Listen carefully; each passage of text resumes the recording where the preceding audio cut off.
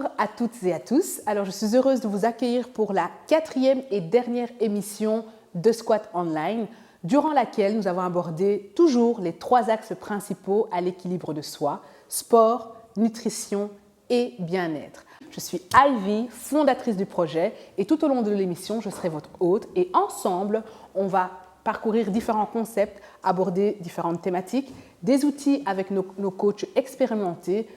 Qu'est-ce que de squat? Sport, quality, unit, activity, travel.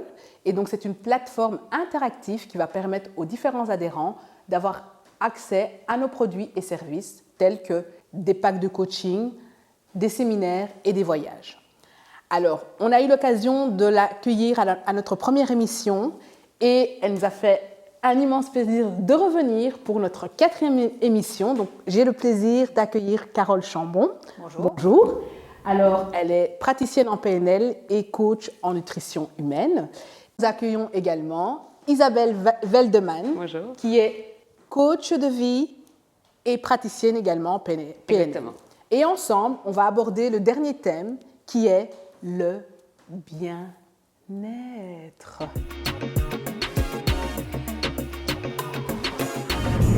Carole, qu'est-ce que tu as à nous dire sur cette belle thématique? Eh bien, on a choisi le thème plus exact de la résilience. En ces temps incertains, la résilience, je pense que ça nous concerne tous. On a tous cette ressource en nous et on a choisi d'aborder, de développer cette ressource. Alors, à l'origine, le mot résilience, c'est la capacité qu'un corps a à se remettre d'un traumatisme. Je me suis largement inspirée de Boris Cyrulnik, qui est un neuropsychiatre français et qui est l'auteur de nombreux ouvrages, notamment sur la résilience. Alors, selon lui, la résilience, c'est l'art de naviguer à travers les torrents de la vie. C'est la capacité qu'on a à se relever des épreuves et à continuer à se développer positivement en dépit du stress et de l'adversité qu'on traverse tous. Alors, comment ça se fait qu'il y a certaines personnes qui sont des grands traumatisés et qui parviennent, malgré tout, à continuer à vivre de manière positive et à tirer des beaux enseignements de ces traumatismes? Eh bien, c'est cette ressource qu'ils ont en nous. Alors, on n'a pas besoin d'être un traumatisé profond pour avoir la résilience en soi. On a tout ça plus ou moins. Alors, d'où vient la résilience finalement ? Il y a plusieurs facteurs. Il y a les facteurs innés, c'est-à-dire qu'on a de base une proportion plus ou moins importante à fabriquer encore certains neurotransmetteurs qui nous aident, la dopamine, la sérotonine. La dopamine nous aide pour la motivation, pour la confiance, pour le plaisir. La sérotonine, elle agit plus comme une hormone et elle nous aide dans l'humeur, dans l'anxiété. Elle est vraiment à l'origine même des troubles alimentaires, d'un certain équilibre émotionnel. D'accord. Et puis, il y a aussi le tempérament de base. Le tempérament de base, c'est aussi quelque chose que l'on construit quand on est nouveau-né. En fait, un nouveau-né, l'environnement affectif dans lequel il baigne au moment où il vient au monde, si sa maman est heureuse de l'accueillir, si sa maman est heureuse avec son mari, tout ça va influencer positivement ou négativement ce nouveau-né. Le milieu affectif, les réponses que la maman et que l'entourage va donner à ce bébé. Donc on sait que vers 10 mois, un bébé commence ses interactions avec ses parents et la façon dont les parents vont répondre. Par exemple, si un bébé fronce les sourcils et que la maman s'inquiète de savoir ce qu'il a et essaye de lui faire plaisir, il va coder une sensation. Si à l'inverse, au moment où il fronce les sourcils, sa mère lui dit écoute, non, toi tu as un sale caractère, je vais durcir le ton, il va également coder une autre action. Donc ça, c'est des choses qui sont plus dans l'acquis. Et puis, il y a l'environnement extérieur. L'environnement extérieur de l'enfant, donc les grands-parents, les autres enfants, les personnes bienveillantes autour de lui, vont aussi l'aider à construire un tempérament confiant. On a remarqué que les personnes qui avaient eu un tempérament de confiance en eux plus important avaient plus de possibilités plus tard à se relever et à faire confiance à la vie et à demander facilement de l'aide aux autres. Maintenant, est-ce que si on est dans un environnement affectif qui n'est pas super, est-ce que c'est pour ça qu'on n'a pas la résilience? Si, c'est quelque chose, c'est une ressource qu'on a en nous et qu'on peut encore développer au fur et à mesure du temps. Et là, c'est vraiment l'importance des tuteurs de développement. Ce sont toutes ces personnes qu'on va rencontrer autour de notre vie et qui vont nous apporter un climat affectif favorable, qui vont pouvoir nous tirer vers le haut. Et ces personnes vont nous aider aussi à développer cette ressource, la résilience. Et puis il y a aussi d'autres outils qui nous permettent d'agrandir cette ressource et de pouvoir l'utiliser au mieux. D'accord. Donc je pense ici, par rapport à ce que tu as abordé, donc la résilience, donc toi tu nous as donné un petit peu cette idée générale. Et alors quand tu nous parlais d'outils, je suppose que c'est Isabelle qui va un petit peu nous donner tous ces outils qui vont nous permettre de pouvoir les mettre en place. Et donc, qu'est-ce que tu as à nous dire par rapport à tous ces outils-là, justement, Isabelle ? donc, au-delà du cadre dans lequel on est né, dans lequel on a pu grandir, effectivement, il existe des outils pour pouvoir acquérir ou augmenter sa résilience face à une situation difficile qu'on peut vivre. La première que j'aurais envie d'expliquer aujourd'hui, c'est la respiration. C'est un outil qu'on a tous avec nous, qu'on transporte comme on veut.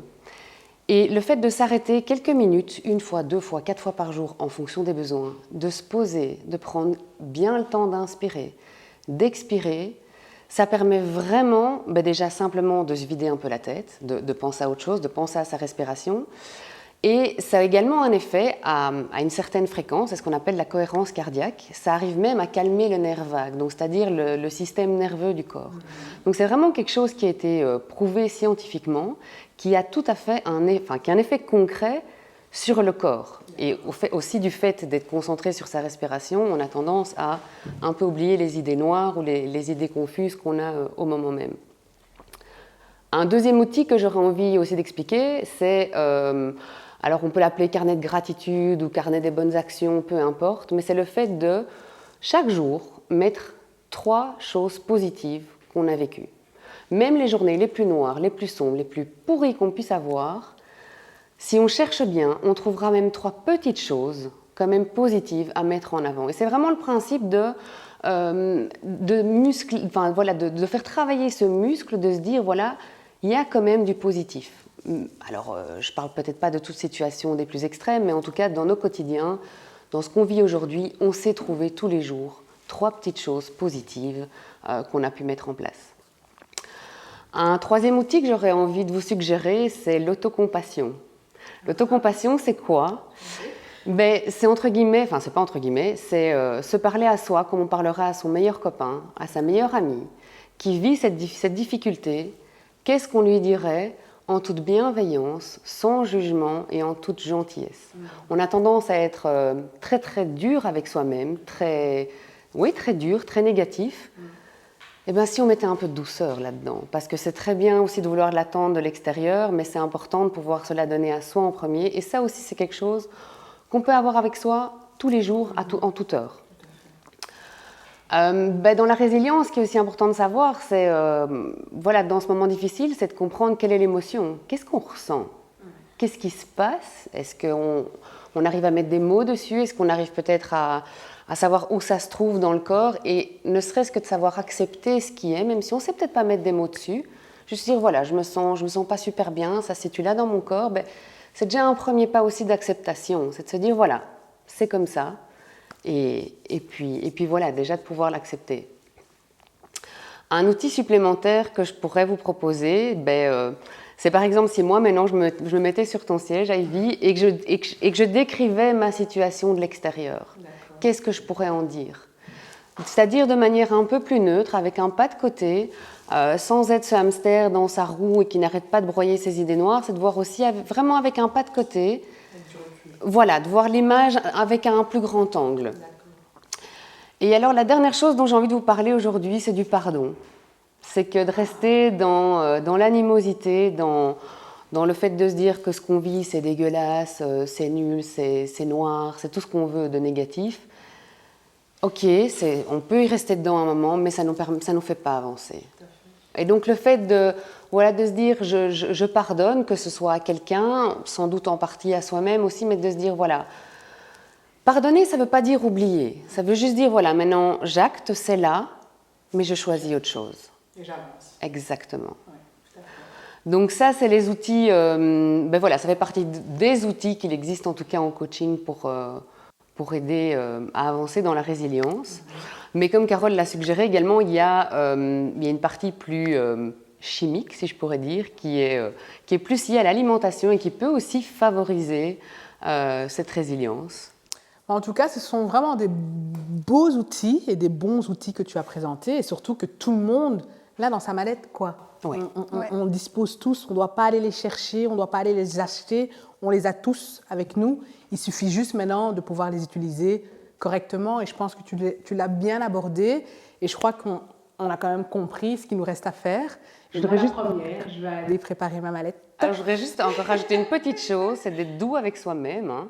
Donc, il ne faut pas faire tout ce que je vous ai dit, il ne faut pas tout le faire à 100%. Hein. Ah oui, mais prenez déjà ce qui parle et faire déjà chaque jour, petit pas par petit pas, ce qui semble juste et bon. Tout à fait. Et donc, Carole, moi, il y avait quand même une petite chose sur laquelle j'aimerais bien revenir, c'était au niveau des neurotransmetteurs.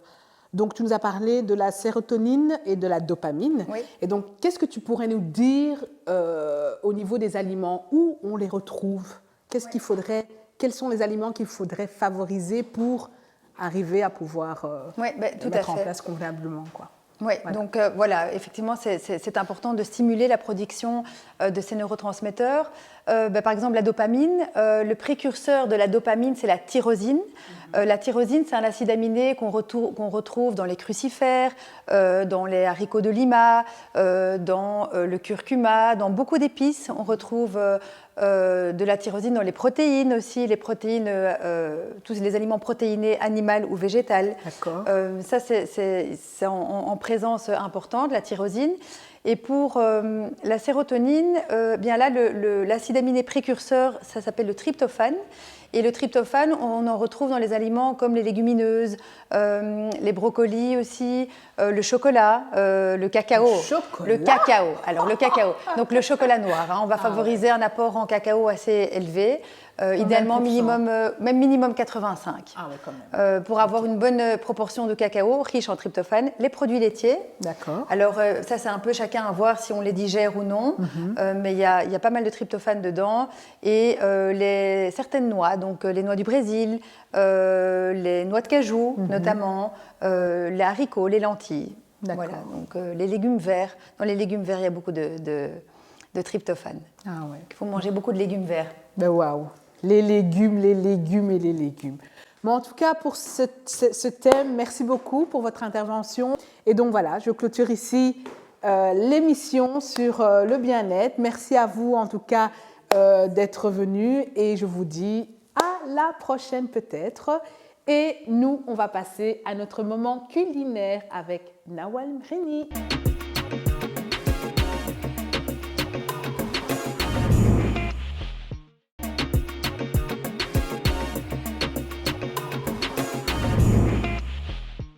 Nous voilà à la fin, la toute dernière émission de Squat. Et donc Nawal, tu vas nous présenter ta dernière recette autour du bien-être. Donc tu nous as concocté quelque chose de sucré, pétillant. J'ai hâte de goûter. Alors, comme je vous l'ai dit, on se retrouve, je l'espère, en présentiel lors de nos séminaires. Nawal vous concoctera des belles recettes durant notre atelier culinaire. Alors, restez connectés, abonnez-vous, suivez-nous, Insta, Facebook sur The Squat. Le mot à retenir. Alors, restez connectés. Ciao! Je te laisse, Nawal. Allez, fais ça bien, je viens déguster.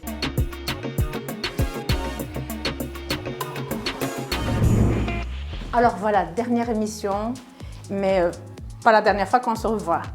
Et c'est de la gourmandise, oui, mais moi qui aime les légumes, je vous ai mis quand même un légume dedans. Alors vous allez voir, qui n'aime pas le chocolat? Aujourd'hui, on va faire un gâteau au chocolat fondant, hyper moelleux et fondant, très bon, mais avec un ingrédient, enfin, il est plus sucré maintenant, de la courgette. Oui, souvent on se dit « Ah oui, il y a de la courgette, mais on ne le sent pas. » Vous allez voir, faites-le, n'hésitez pas, ne soyez pas déjà rétractaire à le faire parce que cette courgette va donner le moelleux au gâteau sans rajouter 1 gramme de gras, ni beurre, ni huile, ni rien. Donc il n'y a que du chocolat noir, de la courgette, des œufs, un peu de sucre roux et de la farine. C'est tout. Donc franchement, très facile. et à vous de jouer. Donc on va déjà préchauffer le four à 180 degrés, puis après on va entamer la préparation. Donc il faut commencer par mettre le chocolat, donc que j'ai découpé en morceaux. Et on va le hacher. Encore une fois, si vous n'avez pas de Thermomix, vous pouvez le hacher avec voilà, un hachoir ou bien le râper tout simplement. Comme ça, vous pouvez le faire facilement. Alors, il y aura un petit peu de bruit. On y va. Si vous voulez le faire fondre au bain-marie, au micro-ondes, vous pouvez le faire. N'hésitez pas, juste une petite minute au micro-ondes, ça pourrait fondre. Ou alors, sur un bain-marie, vous mélangez. Alors, à côté de cela, on va faire une autre recette que vous allez voir, très très riche en couleurs. Encore une fois, très appétissante, qui va donner beaucoup de vitamines à votre corps. C'est une gourmandise à savourer vraiment à n'importe quel moment en journée ou alors vraiment pour un repas léger qui vous amènera vraiment de bonnes choses, des fibres, de l'oméga 3 de nouveau parce qu'il y a des noix de pécan et plein de bonnes choses. Voilà, notre chocolat est fondu. Donc là, on va rajouter les œufs. On a séparé les œufs, donc les blancs et les jaunes à part. On va d'abord mettre nos jaunes, les 3. Préférez des œufs bio, c'est nettement meilleur. Et on va mettre aussi du sucre. Donc moi j'ai mis du sucre de canne, vous pouvez mettre du sucre de coco, n'hésitez pas. Et vous pouvez même diminuer, là c'est 75 grammes, vous pouvez mettre 70, 50. Franchement, quand on s'habitue à des goûts plus doux et moins sucrés, après ça devient vraiment meilleur. Alors là, il suffira. On va mélanger 20 secondes. Donc là, si vous le faites au fouet ou alors dans un robot,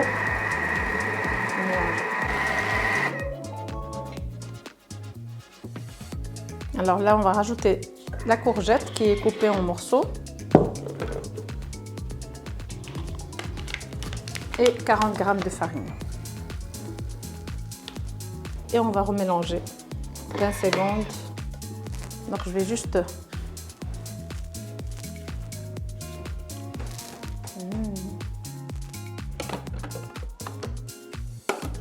et de nouveau 20 petites secondes. Et on va faire monter nos blancs d'œufs.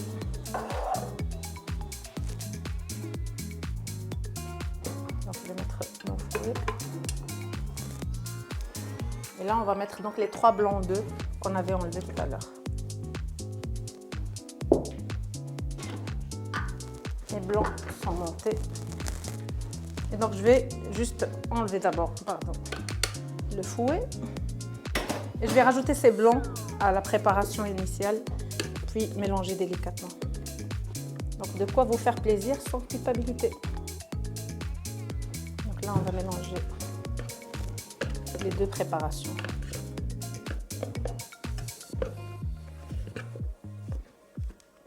N'hésitez pas à racler en bas, sans faire tomber l'appareil, donc vraiment en tournant délicatement. Ça va donner vraiment l'aération au gâteau. Voilà, et une fois que c'est bien mélangé, je vais mettre dans un moule carré ou rond de 20 cm à 25 maximum.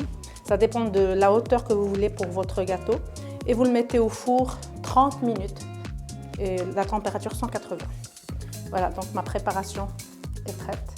Je vais l'enfourner et on se retrouve dans quelques minutes pour finir donc faire la deuxième recette en attendant de cuire le gâteau. Merci et à tout de suite. En attendant la cuisson du gâteau, donc on va faire le smoothie bowl rose à la betterave.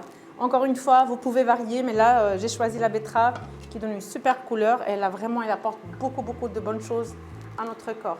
Donc il suffit de mettre de la betterave crue coupée en morceaux. Donc là j'ai 150 grammes.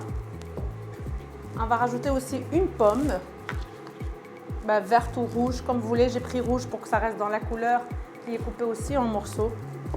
Là, encore une fois, si vous n'avez pas de Thermomix, mettez un bon blender. Alors, 4 abricots secs, dénoyautés bien sûr. Là, de nouveau, les fruits secs, je n'ai pas besoin de vous rajouter encore les détails dessus. C'est vraiment très bon. Alors ici, je vais mettre du sirop d'érable ou alors, encore une fois, du miel ou autre, mais ça a un petit goût un peu spécial qui va vraiment mieux sucrer. Donc là, c'est 30 grammes. Voilà.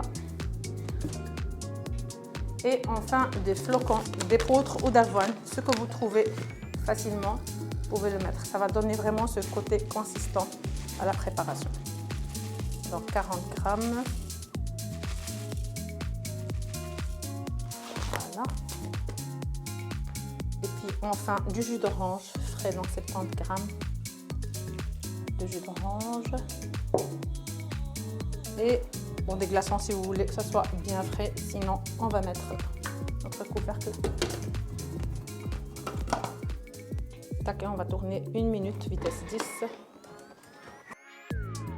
Alors là, on va dresser, comme ça s'appelle smoothie bowl, donc ça se mange à la cuillère et on va mettre sur un bol large, pas très haut, donc essayez de prendre un bol de ce genre-là et vous allez mettre... Donc ça, c'est une préparation pour 2 personnes. Donc comme je dis, c'est vraiment même un repas ou un petit déjeuner, un bon petit déjeuner ou bien un encas. Et donc là, on va mettre un fond comme ça. Et puis, on va essayer de décorer, tout simplement, avec des pommes séchées. Essayez de prendre des pommes séchées. Si vous trouvez de la noix de coco séchée aussi, alors n'hésitez pas. Comme ça va donner de la couleur et du croquant. Alors, prenez-les pas sucrés, donc c'est vraiment juste séché comme ça. Je vais mettre des noix de pécan aussi.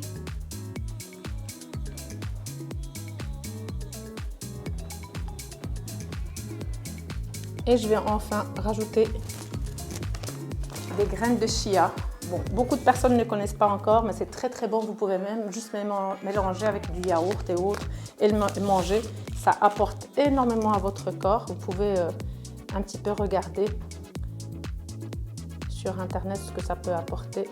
C'est vraiment très bon. Donc je vais mettre ici, sur ce côté-là, et je vais rajouter quelques pommes pour faire voilà, une belle déco. Donc n'hésitez pas à préparer ça, c'est très simple et très goûteux. Voilà, ça donne de la couleur et vous allez voir que le chia, si vous le laissez un petit peu, ça va gonfler, ça va avoir une texture un peu spéciale, mais vraiment très bon. Je sais que c'est des ingrédients qu'on ne connaît pas trop et parfois on hésite à goûter, on se dit oui, mais si j'aime pas, et alors on goûte. Si on n'aime pas, on ne regoute plus. Mais n'hésitez pas à le faire parce que franchement, c'est vraiment maintenant comme on dit, les super aliments d'aujourd'hui.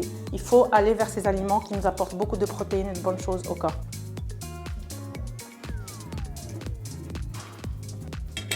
Et ici, je vous ai préparé donc un Bio Richie Coffee. C'est un café en fait qui vous fait du bien aussi. C'est à base du Ganoderma. C'est un champignon très rare, mais qui va vous nettoyer votre foie, va vous donner vraiment une énergie un peu spéciale, et surtout pour les gens qui boivent énormément de café. Et qui dit trop de café dit quand même du stress.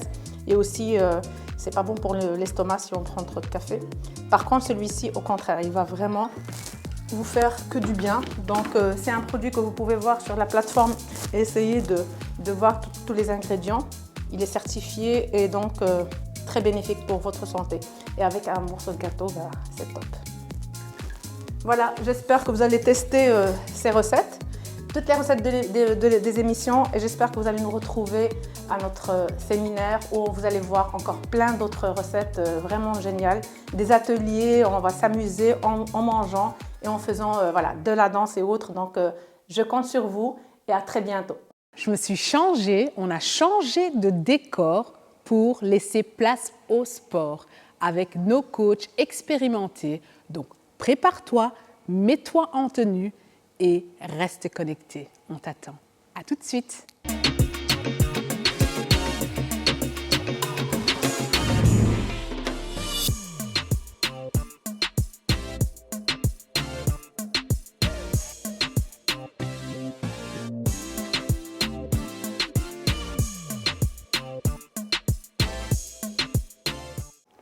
Bonjour à tous et bienvenue parmi nous. Bienvenue en présence de Fred et de Evelyne ici qui vont réaliser les exercices. Nous allons parler aujourd'hui des pompes. Alors ce que vous devez savoir sur les pompes, vous pouvez avec les pompes vous renforcer votre poitrine et également vos biceps ainsi que vos triceps. C'est l'un des exercices les plus classiques et les meilleurs pour renforcer le haut du corps. Nous allons montrer les exercices. Nous avons 3 types d'exercices que nous allons réaliser tous ensemble ici. Alors préparez-vous et à votre tapis. Mettez-vous en position. Donc le premier exercice que nous allons réaliser, donc, ce sont des pompes larges.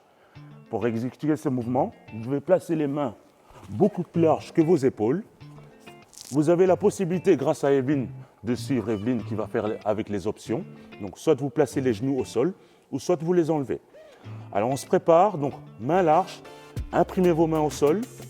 Et le but, c'est de descendre la poitrine chaque fois à hauteur des coudes. On se prépare, on est parti.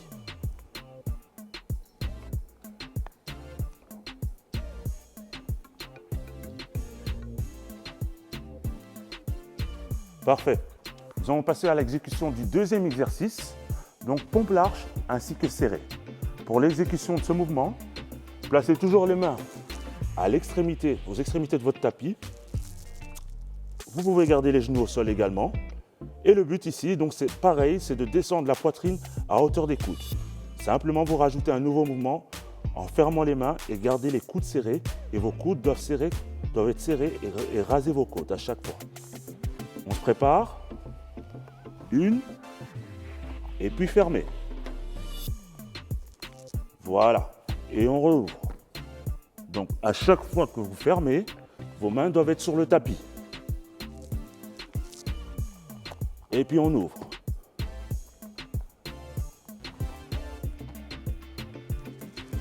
Voilà.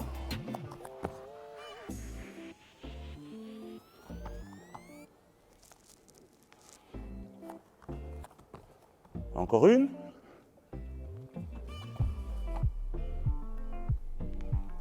Parfait. Relâchez. Je pense que ça a bien chauffé vos bras, hein? Encore plus que je pensais. Et nous allons passer au dernier exercice. Le dernier exercice va consister à garder les bras toujours larges et de descendre la poitrine ainsi que le bas du corps et le haut du corps proche du sol. Placez vos mains au sol.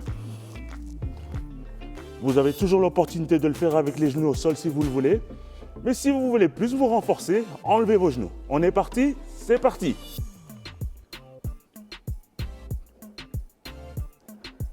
N'oubliez pas de respirer.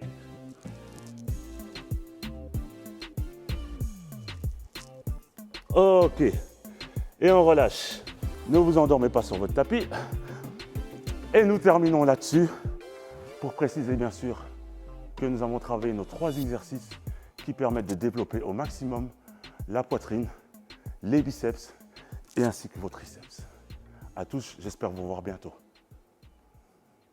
J'espère que l'émission vous a plu. Malheureusement, c'est la dernière, mais ce n'est pas fini. J'espère vous retrouver en présentiel lors de notre séminaire qui va se dérouler en juillet et en août. Donc, reste connecté à travers notre plateforme via Instagram, via Facebook, The Squat. Retiens, The Squat. On t'y attend. Donc, je compte sur vous. Bye bye.